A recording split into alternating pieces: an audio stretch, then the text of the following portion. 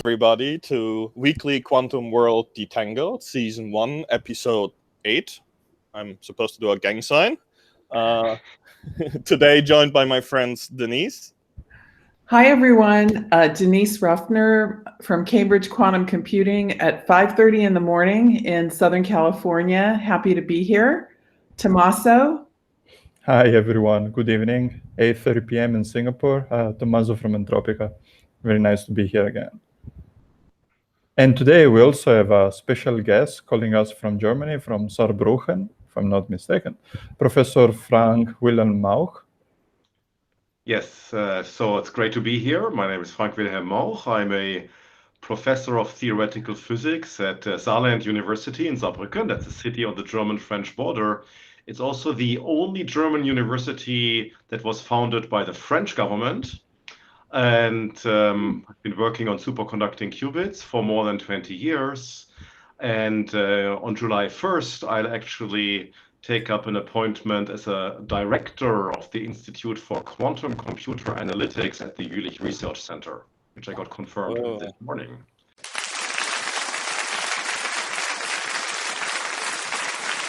There we have some breaking news already. Congratulations. Congratulations.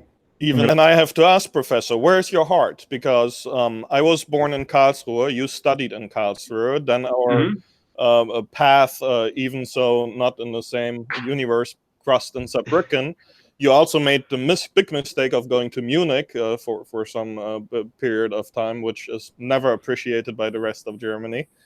Where's your heart? So I should say in Munich, my boss was in Karlsruhe before, so that probably saves it. It's hard to say. I mean, my family and my parents also moved around across the country. And I think I've tried to pick up a few habits and probably a few vices from all the places where I lived. That was not a good answer. I'll rephrase my question. Which German football team do you support? Oh, I grew up, so you're from Karlsruhe, so I can give you the worst answer possible, because I was born in Stuttgart, and there is the Stuttgarter Kickers, which are the big traditional teams, but which are now the underdogs in the city. That's what my heart is going for. And don't look up where they play right now. It's depressingly bad. But still, you gotta stick with them. Good, you redeemed yourself. Bayern Munich won their 8th title. We do have to congratulate them for football supremacy. A total of 29 titles. Any other team combined in the Bundesliga only won 28 titles. So they literally have achieved practical football supremacy, and they deserve our admiration for it. And I am the founder of EFC Florida, the Eintracht Frankfurt Fan Club Florida. Okay. Eintracht, for those of you who don't know, is the best football team in the world. With that, we will conclude a small talk and nonsense and look at the quantum news.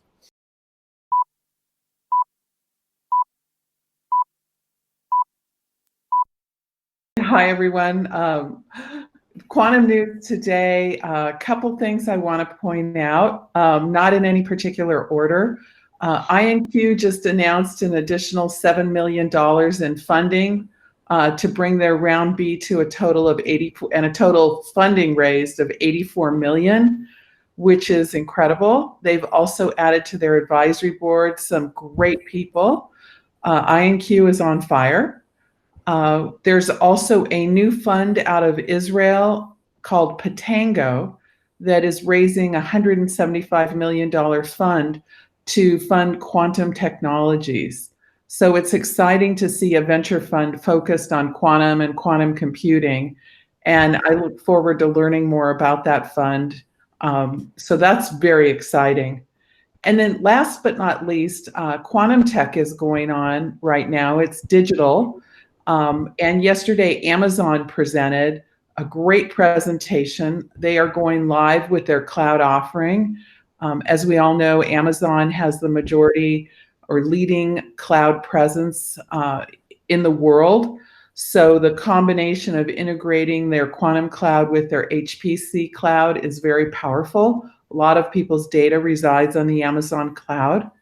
And then they announced that John Preskill has joined Amazon. I don't believe full-time. I believe in an advisory role. Andre, I don't know if you have more details on that, but associating with John Preskill is certainly, wow, a great endorsement. And I think there shows great things to come.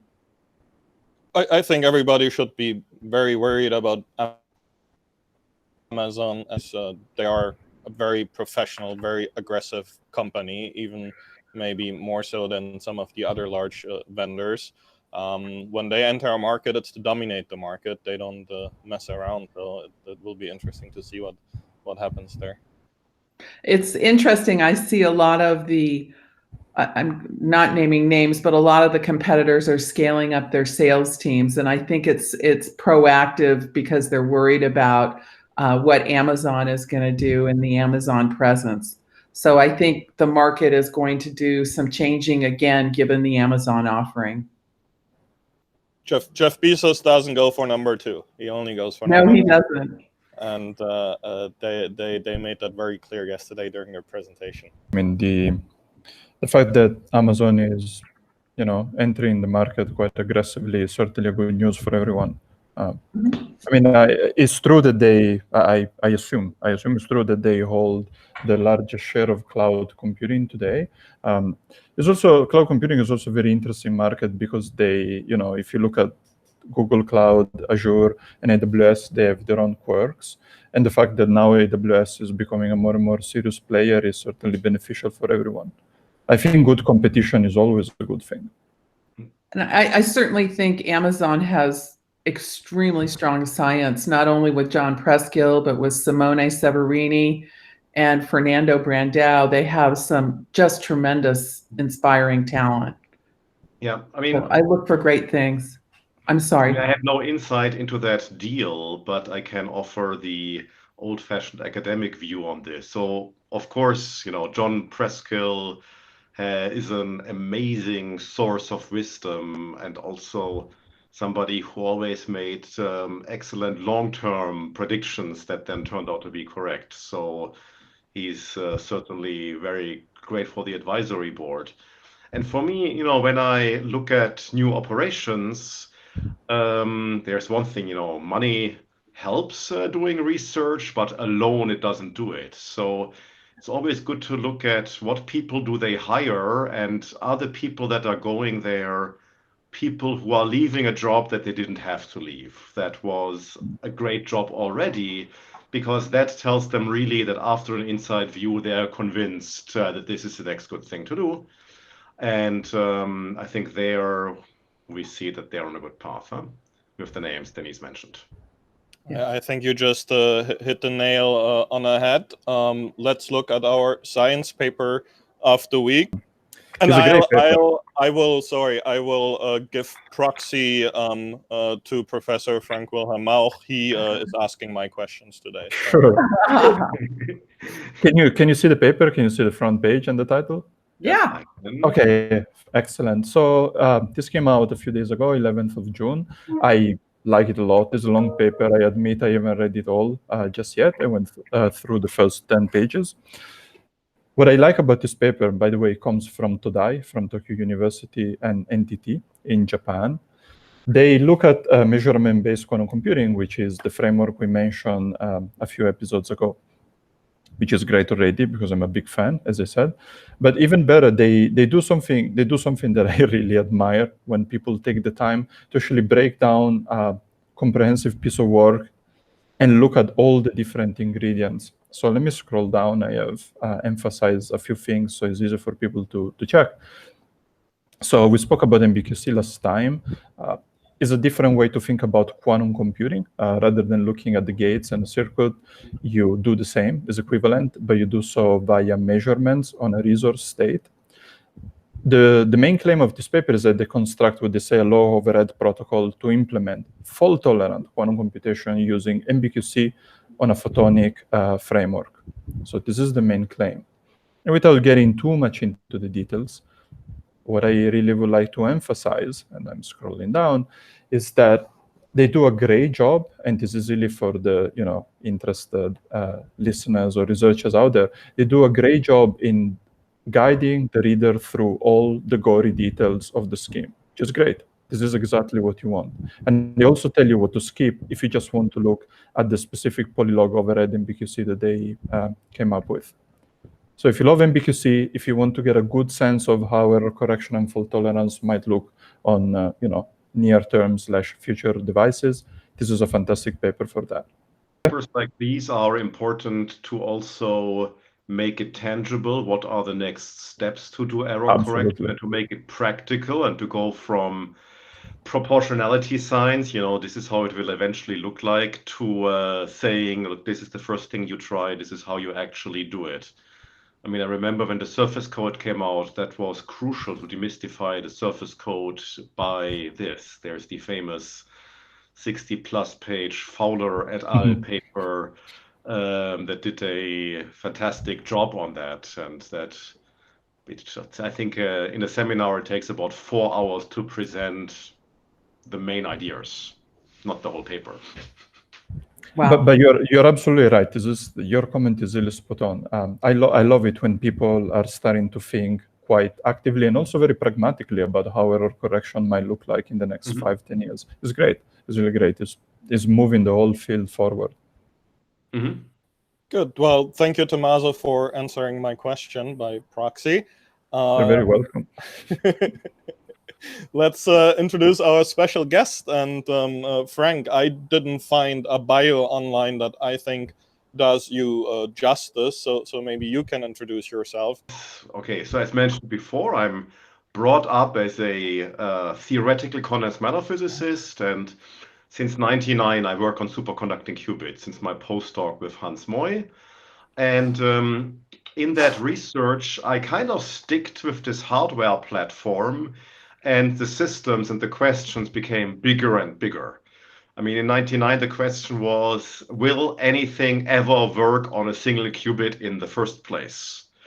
That was absolutely not clear by then. There were problems that the qubit and the detector are next to each other. Can the qubit ever do anything, or does the detector constantly measure? And history has told us it can do something.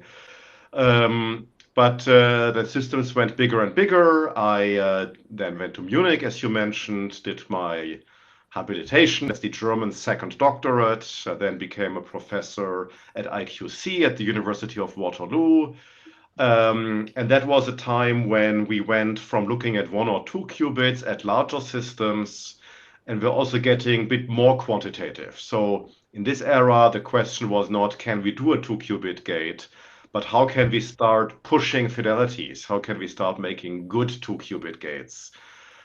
Which is also where my work on optimal control theory started, which is now a lot of my activity, which, if you want, is the low-end part of the quantum firmware, where you are translating your bare hardware capabilities into the best possible, which means low error rate and fastest possible gates, which is probably an unglamorous part of the software stack, but that is actually one reason to work on it, because there's a lot to be gained.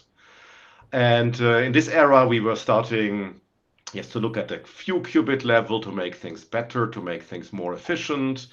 And it was still very hardware driven. And since 2011, I'm in Saarbrücken. And our work touched more and more also on the connections to algorithms. How do we implement them best? How do we adapt them best to hardware? I've been involved in several large research projects, and oftentimes, I'm a theorist, but oftentimes I work as the go-to theorist of an experimentally dominated team. I was part of an experimental team led by John Martinez before he went to Google, for example. So this was often theory that was pragmatic, that has an interface to experiment, and at the same time has an interface to more abstract theory. And I then helped to get the European flagship ready. I was part of the coordination action, that is Brussels speak for, a team that gathers the community, that prepared the quantum technology flagship.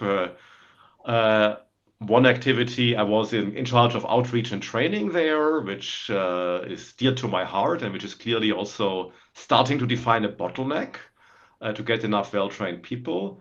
And as part of this, I was organizing the kickoff meeting, which was not something that is usually in the description of theoretical physicists. Flagship then really started. So after the preparation phase, I became the coordinator of a project called Open Super Q. The long version is an open superconducting quantum computer, where with a team of 10 research groups, we try to build a superconducting quantum computer that should really become a research and development tool, and that will be placed at the supercomputing center at the research center Jülich.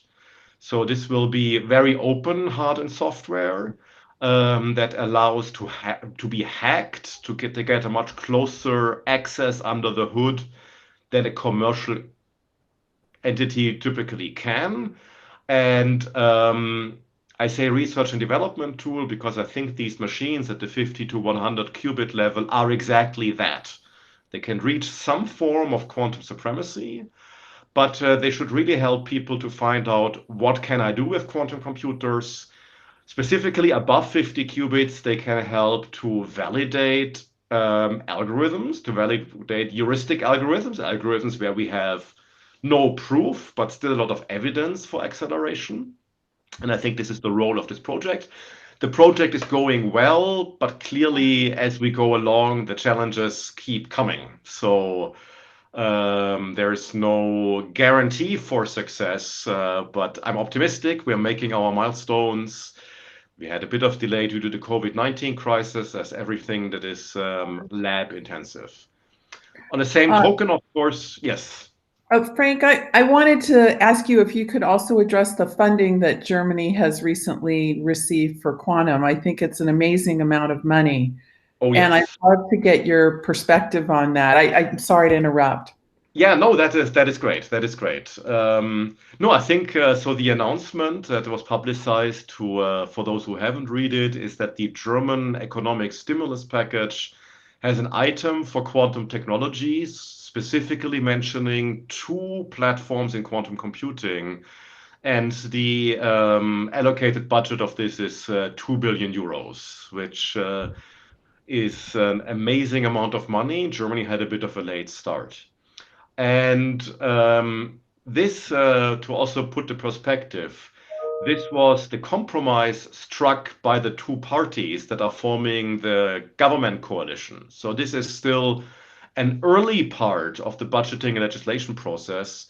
And I think actually today the budget is introduced in Parliament. And so the details of this are being figured out, but it's known that this is based on a consultation from the German Innovation Dialogue, which is a body of research organizations and companies that are directly consulting to the Chancellor. But I would assume that the big research organizations of Germany and companies will propose a best way forward to have a German-driven quantum computing program.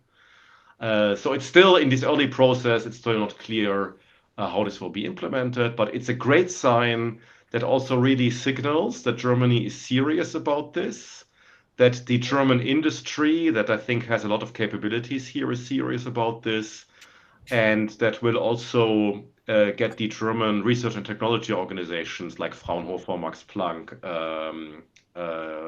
going in a meaningful way. A few questions. Yeah, go.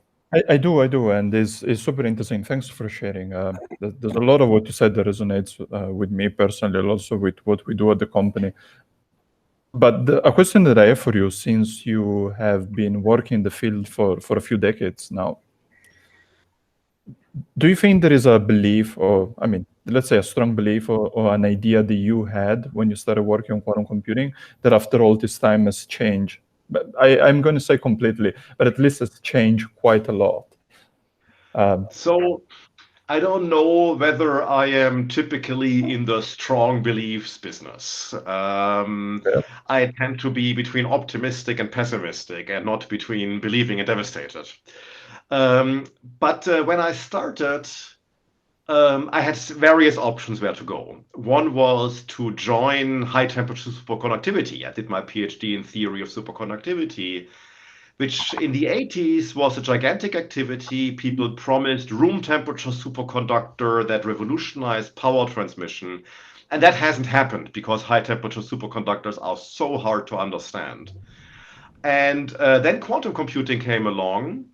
And on the one hand, that sounded like an exciting perspective. On the other hand, I had just seen that high TC was on the downturn of the hype cycle. And I was afraid to just be in the next hype. And when I joined, my postdoctoral advisor gave a talk at some point saying, I don't promise you a quantum computer. I just promise you fun on the way. And I thought, yes, that sounds the guy I could work for. And getting to a point where we seriously can talk about applications in my lifetime, where this is really a computer, where I think initially I expected we will probably work this out until we identify the roadblock.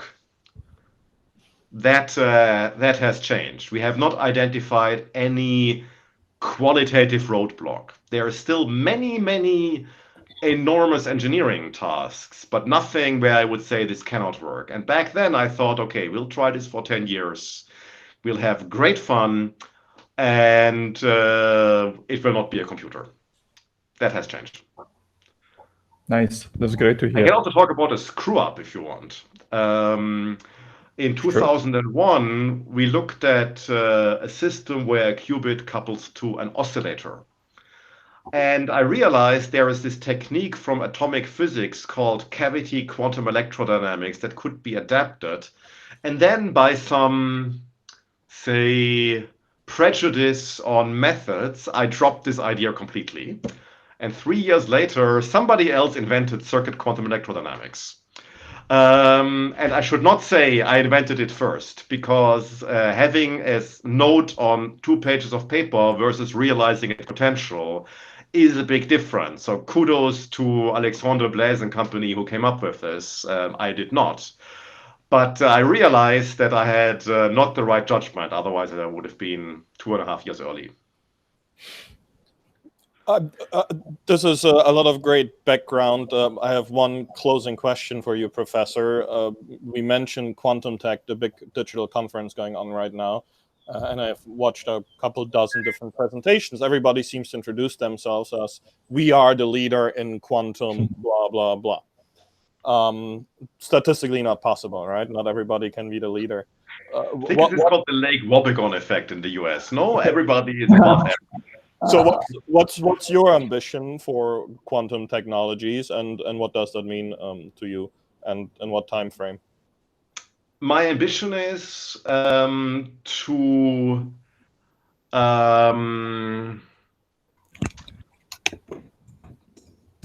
drive the field forward, so somebody who probably still requires a lot of technical insight can use a quantum computer to develop something that they would otherwise not be able to develop. So the qualifications are that I think because quantum computers should really be hackable and have deep access, that to squeeze the most you have out of limited hardware, that this will be probably in some expert mode. It will probably be a theoretical chemist. There will probably be some abuse of the hardware, but I think we can be the hardware interface to these people with what we do in control theory.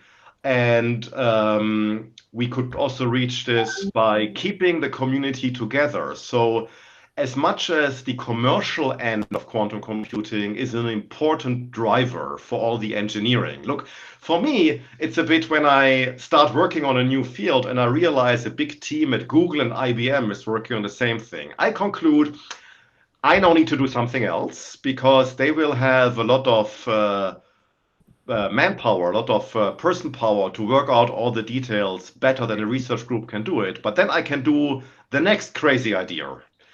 I want to keep this open because probably it will be community-wide effort to make something useful, to develop a new chemical using a quantum computer, and I hope that this happens in the community-wide effort and probably in the pre-competitive space. Professor, Probably thank a you longer so answer than most of the other interviewees give, but hey. That was a great answer. Yeah. Professor, thank you so much for joining us today on our podcast. We're excited about you joining the team in Jülich, and we look forward to hearing more from you and from your research work. Thanks for having me. I'll be in touch with you. I'll now subscribe to the YouTube channel. Oh, excellent. And yes, thanks for doing this. I think this is a great service to the whole community as it's getting more diverse. Thank you very much. This concludes Season 1, Episode 8 of the Weekly Quantum World Detangled. Du bist jetzt unverschränkt.